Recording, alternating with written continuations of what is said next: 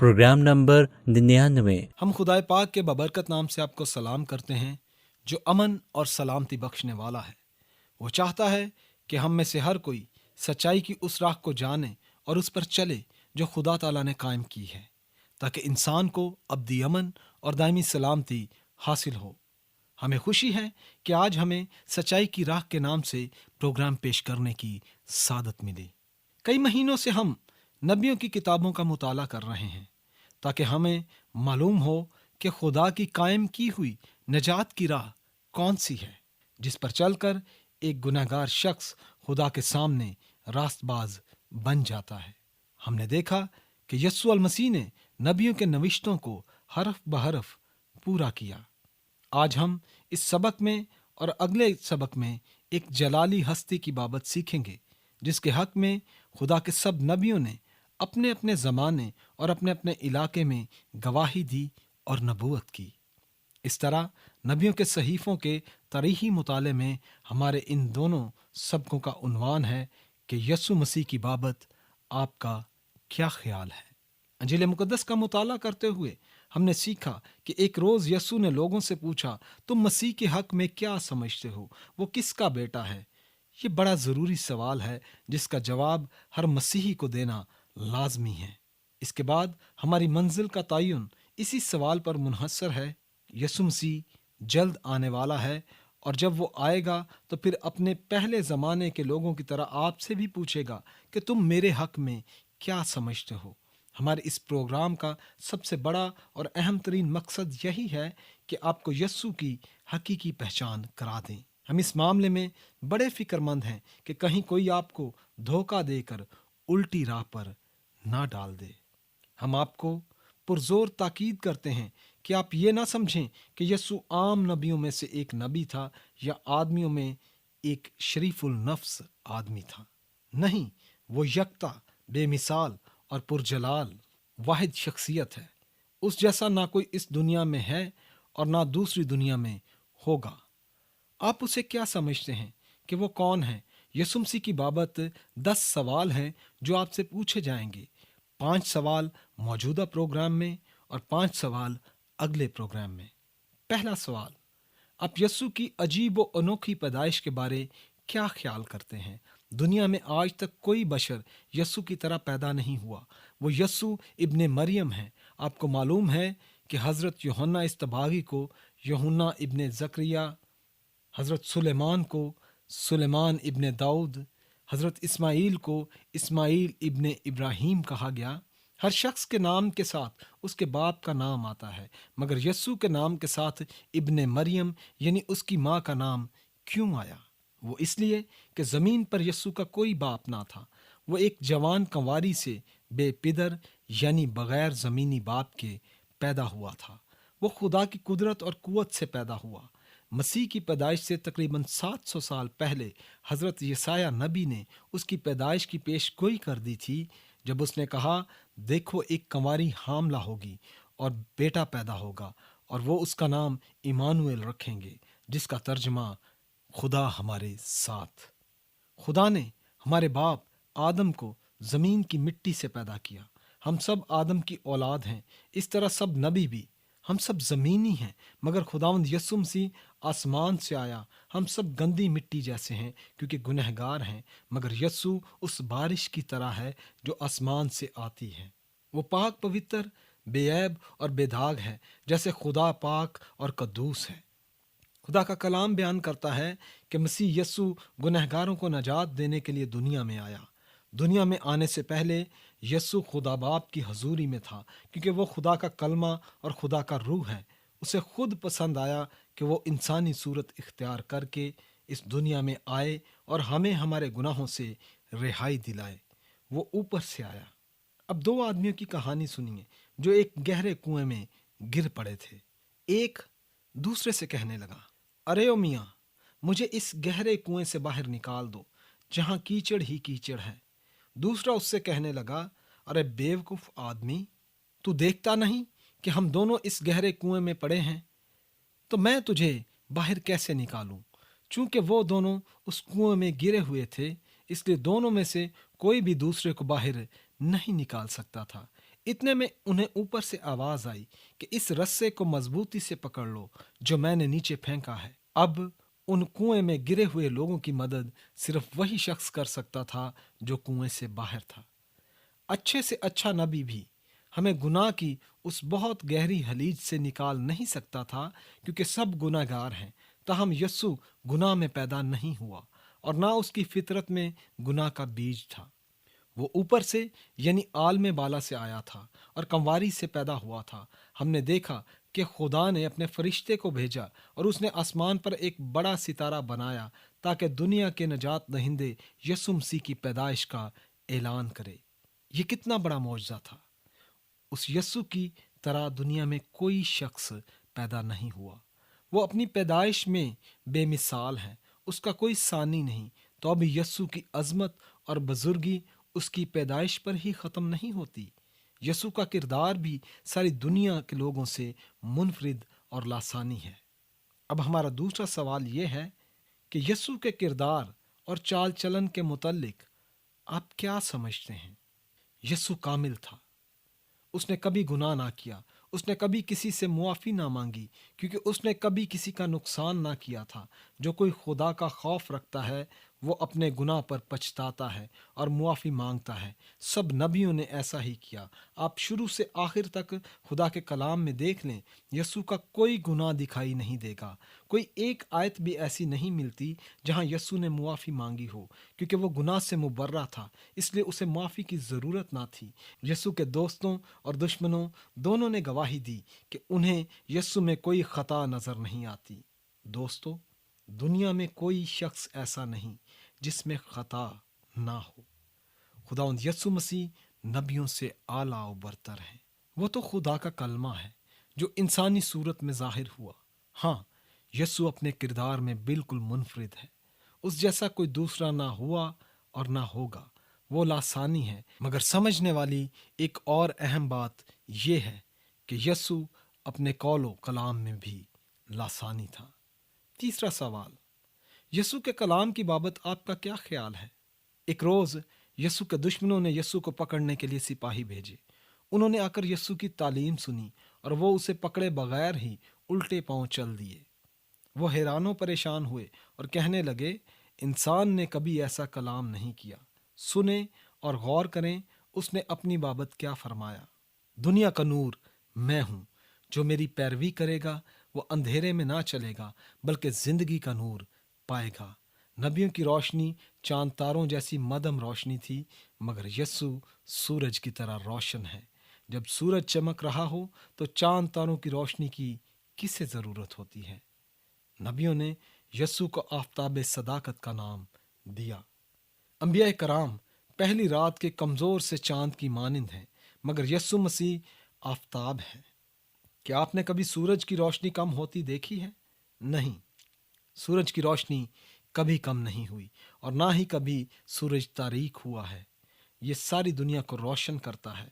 यीशु मसीह सूरज की मानिंद है और हमेशा के लिए है। वो दुनिया की हर उम्मत के लिए नूर है। यीशु ने मजीद कहा, राह, हक और जिंदगी मैं हूँ। यीशु दीन के सरदारों से बिल्कुल मुख्तलिफ है, जो ये कहते हुए हुक्म चलाते हैं कि ये करो, वो ना करो, इस तालीम को मानो, ये सराते मुस्तकीम है, ये गुनाह है, वो सवाब है, इन हुक्मों को मानो, वगैरह वगैरह। मगर यस्सु ने कहा, दरवाज़ा मैं हूँ, मुझ पर ईमान लाओ, मेरे पास आओ तो खुदा की हजूरी में अबद तक रहने के हकदार बन जाओगे। यस्सु खुद दरवाज़ा है। इसका मतलब समझाने के लिए हम एक मिसाल देंगे। एक छोटा बच्चा था जो किसी बड़े शहर में गुम हो गया। उसने एक पुलिस ऑफिसर से कहा कि वो उसे उसके पड़ोस का रास्ता बता दे। उस ऑफिसर ने उससे कहा, बिल्कुल सीधे चलते जाओ, दूसरे मोड़ पर बाईं तरफ मुड़ जाना, तीसरे कोने पर दाएं मुड़ना, पुल को पार कर लेना, ट्रैफिक गोल से सीधे मेन रोड पर चढ़ जाना। बच्चे की आंखों में आंसू बह निकले। पुलिस अफसर ने उसे रास्ता तो समझाया, मगर बच्चा बड़ा कंफ्यूज हुआ और पुलिस ऑफिसर के बताए हुए रास्ते से खौफ खाने लगा। इतने में अचानक उसके पड़ोस का एक आदमी उधर आ निकला। उसने उस लड़के का हाथ पकड़ा और सीधा लेता गया। रास्ते में बच्चा थक गया। उस पड़ोसी ने उसे उठाया और चलते चलते दोनों घर पहुंच गए। पुलिस ऑफिसर ने सिर्फ रास्ता बताया है, मगर वो आदमी खुद बच्चे के लिए रास्ता बन गया। यसु ने कहा, राह मैं हूँ, मैं वो राह हूँ जो खुदा के घर को ले जाती है। राह, हक और जिंदगी मैं हूँ। मेरे वसीले के बगैर कोई बाप के पास नहीं आता। खुदावंद यीशु मसीह की तरह इससे पहले किसी ने ये बात ना कही। वो बेमिसाल, वो बेनज़ीर है, वो लासानी है। यीशु का जलाल उसकी पैदाइश पर रुक नहीं गया, ना उसकी बातें और उसके काम ख़त्म हुए। हमें उसके कामों में उसका जलाल नज़र आता है। चौथा सवाल, आपका यीशु के बाख्तियार और कुदरत से भरे हुए कामों के बारे में क्या ख्याल है? वो सब कुछ करने पर कादिर है।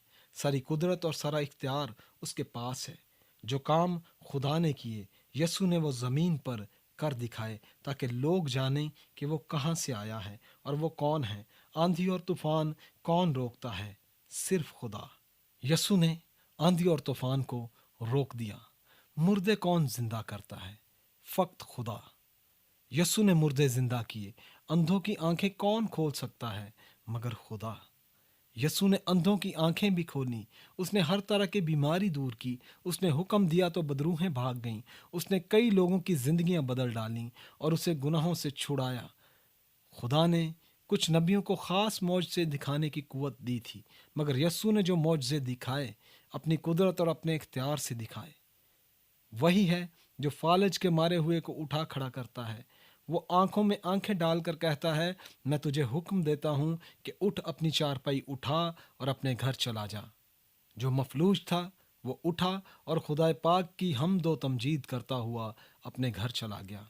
यसु ने उसके इलाज के लिए ना कोई दवाई दी, ना टीका लगाया और ना जादू के जरिए उसे ठीक किया, बल्कि उसने सिर्फ अपने कलाम की कुदरत और इख्तियार से बीमार को शिफा दी। लाजर नामी एक शख्स था जो मर गया था, तो उसे दफन कर दिया गया। जब यसु लाजर के घर पहुंचा तो लाजर को दफन किए हुए 4 दिन गुजर चुके थे। यसु लाजर की कब्र पर गया और फरमाया, लाजर बाहर निकल आ। मुर्दा कब्र से बाहर निकल आया। यसु के पास मुर्दे जिंदा करने का इख्तियार था। इसी सबब से उसने कहा, क़यामत और जिंदगी मैं हूं। एक दिन आने वाला है जब मुर्दे उसकी आवाज सुनेंगे और उसकी हजूरी में आ खड़े होंगे। अजीज दोस्तों, अगर आप कब्र में हुए तो आप भी कब्र से बाहर निकल आएंगे। अब भी खुदावंद यीशु आपको नई जिंदगी बख्शेगा और हक बख्शेगा कि आप हमेशा तक जन्नतुल फिरदौस में रहेंगे, बशर्ते कि आप यीशु को अपना खुदावंद और नजात दहिंदा कबूल करें। यीशु आज भी दुनिया में कई लोगों की जिंदगियां बदल रहा है। वो आपकी जिंदगी बदलने पर भी कादिर है। आप यीशु को क्या समझते हैं? उसके कामों की बाबत आपका क्या ख्याल है? वो मुनफरिद और यकता है। वो कुदरत वाला है। वो लासानी और बेमिसाल है। रुखसत होने से पहले हम यीशु की बाबत आपसे एक और सवाल पूछेंगे। यीशु के नामों और अलकाब के बारे में आपका क्या ख्याल है? जैसे हमने नबियों के नविश्तों में देखा है कि यीशु के सैकड़ों नाम और लक़ब हैं। ये नाम यीशु की ज़ात को बेहतर तौर पर पहचानने में हमारी मदद करते हैं कि वो कौन है।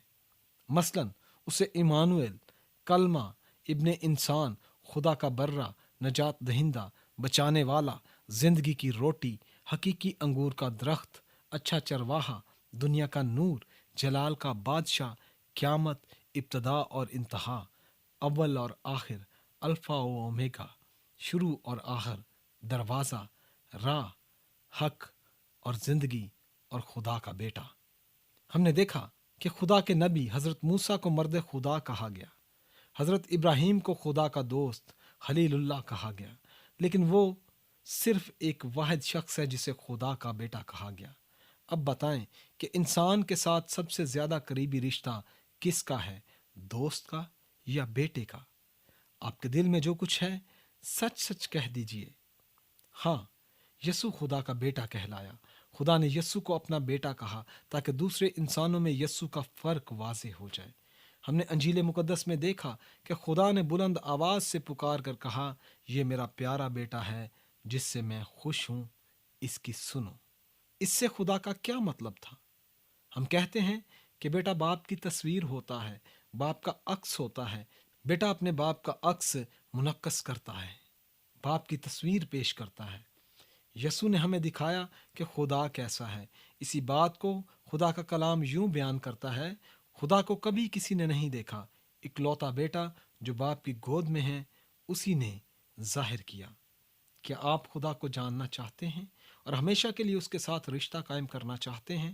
تو پھر خداوند یسوع مسیح کے پاس آ جائیے، جسے خدا اپنا بیٹا کہہ کر پکارتا ہے۔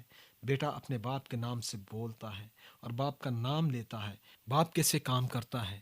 اور جب یسوع دنیا میں تھا اس نے لوگوں کے ساتھ یہی کیا۔